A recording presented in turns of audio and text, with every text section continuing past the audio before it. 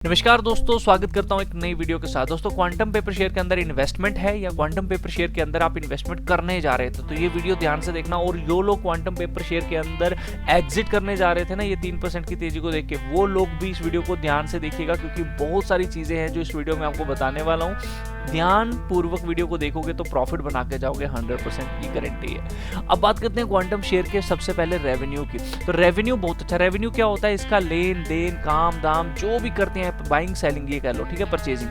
तो भैया अच्छा खासा टर्नओवर है कंपनी का, कोई दिक्कत वाली बात नहीं है। ग्रो करेगी तो और भी अच्छी है। ग्रो का क्या मतलब है?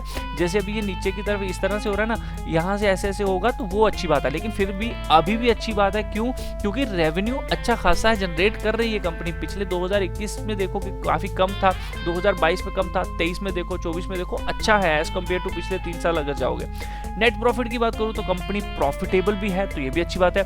प्रॉफिट को कैश में कन्वर्ट कर पा रही है, जी हाँ, प्रॉफिट को कैश में भी कन्वर्ट कर पा रही है, ये भी अच्छी बात है। और कैश फ्लो जो है वो प्लस में होता जा रहा है, ये भी अच्छी बात है। अब आने वाले समय में अगर ये कैश फ्लो भी इसी तरह ऊपर बढ़े तो बहुत अच्छी बात है। फिलहाल अभी मैं बोलूंगा ये ऐसे है, लेकिन जब ये ऐसे हो जाएगा ना ऊपर वाले, यानी कि ऐसे ऐसे ऐसे, ठीक है, यानी कि ये 375 है, 400, 500 इस तरह का होगा तो बहुत अच्छी बात है। लेकिन ये कब होगा? इसका कोरिलेशन किसके साथ है? प्रॉफिट के साथ। तो जैसे प्रॉफिट बढ़ेगा तो वैसे ये भी बढ़ जाएगा। तो बहुत अच्छा कैश फ्लो है, यानी कि कंपनी प्रॉफिट बना रही है और प्रॉफिट को कैश में भी कन्वर्ट कर पा रही है।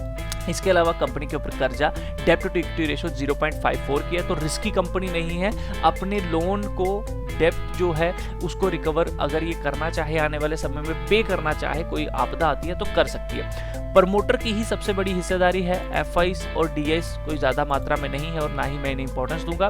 बाकी सारा माल पब्लिक लेके बैठी है। अगर बड़े प्लेयर की बात करूं तो ये अदर है, यानी कि 8-9% के करीब माल जो है बड़े प्लेयर्स के पास है, लेकिन ज्यादा माल जो है वो प्रमोटर यानी कि मालिक के पास ही है। तो ये भी एक अच्छी बात है कहीं ना कहीं एज कम्पेयर टू। अगर हम पेयर्स देखें दोस्तों, कोई बुरी बात नहीं है। हर एक कंपनी ने देखिए यहाँ पर रिटर्न जो है वो नेगेटिव ही दिया है, इसने भी नेगेटिव ही दिया है। लेकिन अब ऐसा क्या है जो मैं वीडियो बनाने जा रहा हूँ, ध्यान से देखना। देखो, प्रॉफिट सबका है, ऐसी कोई बात नहीं है, ये भी अच्छा खासा परफॉर्म कर रही है। नेट सेल इसकी भी अच्छी खासी है, सबसे कम सेल है, तो आने वाले समय में अब मुझे लगता है कि ये अच्छा परफॉर्म कर सकती है, ठीक है, वो मैं बताऊंगा आप लोगों को, डोंट वरी। चलिए बात करते हैं इसकी कुछ और चीज़ों की, जैसे कि बैलेंस शीट जो होती है, मैं बैलेंस शीट आप लोगों को बताना चाहूँगा। तो दोस्तों, अगर क्वांटम पेपर शेयर की बैलेंस शीट की हम लोग बात करते हैं यहाँ पर, तो एक बार इसको भी चेक करना चाहूँगा। अगर कंसोलिडेशन बेसिस पे मिल जाता है तो बहुत अच्छी बात है, नहीं मिलता तो हम स्टैंड अलोन बेसिस पे ही देखकर चले जाएंगे। फिलहाल नहीं दिखा रहा है, स्टैंड अलोन बेसिस पे ही हम लोग देख लेते हैं। तो यहाँ पे आप लोग देख सकते हो कि मार्केट कैपिटल जो है इसकी कुछ भी नहीं है, लेकिन उसके कंपेरिजन में देखो कंपनी के पास रिजर्व एंड सरप्लस बहुत अच्छा देखने को मिल रहा है और ये इंक्रीज हो रहा है, ये बहुत अच्छी बात है। मैंने आपको पहले ही बोला ना कि इस तरह से होना चाहिए ऊपर की तरफ, तो ये चीज यहाँ एप्लीकेबल हो रही है और ये बहुत अच्छी बात है कि रिजर्व कंपनी अच्छा खासा बना के रख रही है। लॉन्ग टर्म बोरिंग कंपनी की देख लो, यहाँ पे बता दी, ये मैंने आपको पहले ही बता दिया, 0.54 की जो रेशो थी ये वही है। शॉर्ट टर्म बोरिंग भी कंपनी लेके बैठी हुई है। इसके अलावा अगर हम कंपनी की बात करें तो कंपनी के पास भैया करंट इन्वेस्टमेंट यहाँ पे 0 दिखा रहा है, लेकिन इन्वेंट्री देखिए अच्छी खासी है। ट्रेड रिसीवेबल, ये कुछ पैसा इनके पास आने वाला है। कैश इक्विवेलेंट, इनके पास जो कैश इन हैंड होगा वो इतना पड़ा हुआ है। तो ओवरऑल बैलेंस शीट मैं बोलूंगा ओके है, ज्यादा बड़ी कंपनी नहीं है, लेकिन एज कंपेयर टू अगर शेयर कैपिटल अगर आप बात करो, ठीक है ना, मार्केट कैपिटल अगर बात करो तो मुझे लगता है अच्छी खासी कंपनी है, कोई बुरी नहीं है। जितनी इनकी मार्केट कैपिटल है उससे काफ़ी अच्छी इनके पास रिजर्व एंड सरप्लस है, काफ़ी अच्छा इनके पास कैश इक्विवेलेंट है, तो कंपनी अपने लोन वगैरह को, डेब्ट को क्लियर कर सकती है। तो फंडामेंटली तो ओके है। आने वाले समय में अच्छी चीज़ें क्या होंगी कि ये और अच्छा करेगी।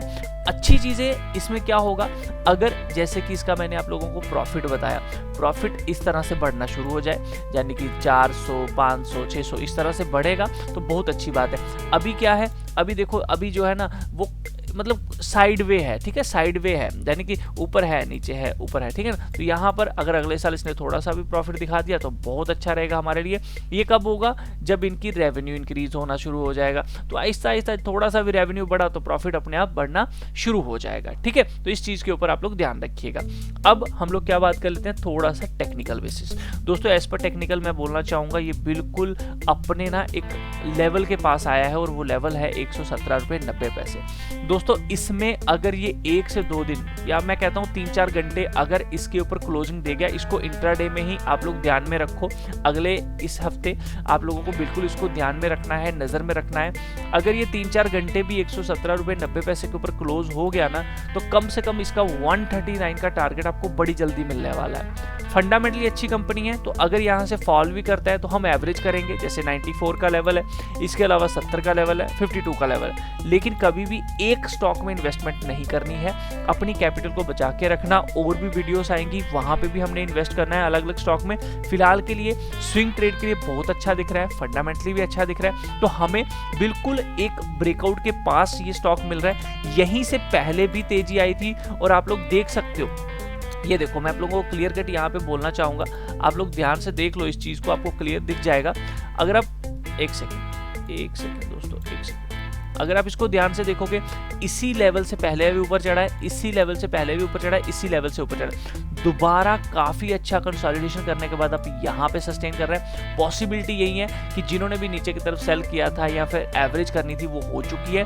अब बस यहाँ पे 3-4 घंटे, 1-2 घंटा यहाँ पे क्लोजिंग की जरूरत है। आप कह लो आपको वन डे भी अगर 117.90 के ऊपर क्लोज मिल गया ना, आपको 139 का टारगेट बड़ी जल्दी मिलने वाला है। आई बिलीव दैट इसमें ज्यादा बड़ा स्टॉप लॉस लगाने की जरूरत नहीं है। आप लोग 104, 110 रुपए का भी स्टॉप लॉस या 100 रुपीज का लगा लो। बेस्ट स्टॉप लॉस तो इसमें 94 का लगता है, लेकिन फंडामेंटली कंपनी के अंदर हमें स्टॉप लॉस लगाने की जरूरत नहीं होती है। I believe that. तो अभी के लिए शॉर्ट टर्म के लिए इसमें 139 का टारगेट देखने को मिल रहा है। 139 से 150 का टारगेट आप लोगों को देखने को मिलेगा, लेकिन 117.90 के ऊपर एटलीस्ट इसको 3-4 घंटे सस्टेन होना होगा, तभी ये आपको टारगेट दिख जाएगा। ठीक है, तो जैसे ही यहाँ पे सस्टेन हुआ, और अगर कोई इंस्टेंट एंट्री करना चाहता है तो वो प्लीज अपना 104 के नीचे 110 मैं बोलूंगा। अगर कोई देखो, अगर कोई बोलता है ना हाँ ऊपर जाएगा ही जाएगा, मेरे पास फंडामेंटली ऑलरेडी पड़ा हुआ है, मैं एवरेज कर सकता हूं, तो वो क्या करे, वो 110 रुपए का मैक्सिमम एक स्टॉप लॉस, 110 रुपए का, इससे ज्यादा नहीं। अगर कोई प्री एंट्री करना चाहता है 117.90 तो 110 का छोटा सा स्टॉप लॉस लगा के वो ऊपर की तरफ 139, 150 के टारगेट दे सकता है। आएंगे ये बड़ी जल्दी टारगेट आएंगे। और ध्यान रखना, ये जो मैंने ऊपर की तरफ एक ट्रेंड लाइन ड्रॉ की हुई है, जैसे कि आप देख पा रहे होंगे यहाँ पर, ठीक है, जैसे ही इसका ब्रेकआउट आया बहुत अच्छा रिटर्न मिलेगा, कम से कम 240 प्लस ये यहाँ से स्टॉक जाने का दम रखता है। और अगर इसी के साथ चलता गया, इसी तेजी के साथ चला, तो ये अपने दोबारा जो इसकी रैली थी, जो रैली इसने कहीं ना कहीं छोड़ दी है, ये रैली देख रहे हो, ये जो रैली इसने छोड़ दी है, यहीं से वापिस होता हुआ ये वापिस आप लोगों को 500, 550 जाता हुआ दिख सकता है। लेकिन ये कब होगा, ये तब होगा जब ये सारी कंपनीज, मैं आपको बता दूं, ये जो मैंने पेयर्स बताई ना, ये सारी कंपनीज अभी ना रिटर्न नेगेटिव दे रही हैं। तो ध्यान रखना, इन सब को आप मार्क कर लो, इन सभी कंपनियों को मार्क कर लो, सबके अंदर ऐसा ही ब्रेकआउट बनेगा। अगर इसके अंदर ब्रेकआउट आना है ना, तो ध्यान रखना बाकी कंपनीज के अंदर भी ऐसी ही ट्रेंड लाइन बनेगी, उनके अंदर भी आपको ब्रेकआउट्स देखने को मिलेंगे। तो वो भी मैं आप लोगों के साथ अपडेट करूंगा, इसलिए आप वीडियो को अपने पास सेव करके रखना चाहो तो कर सकते हो। फर्स्ट ऑफ ऑल चैनल को सब्सक्राइब कर लो, ताकि उन वीडियोस का भी अपडेट आपको मिल सके।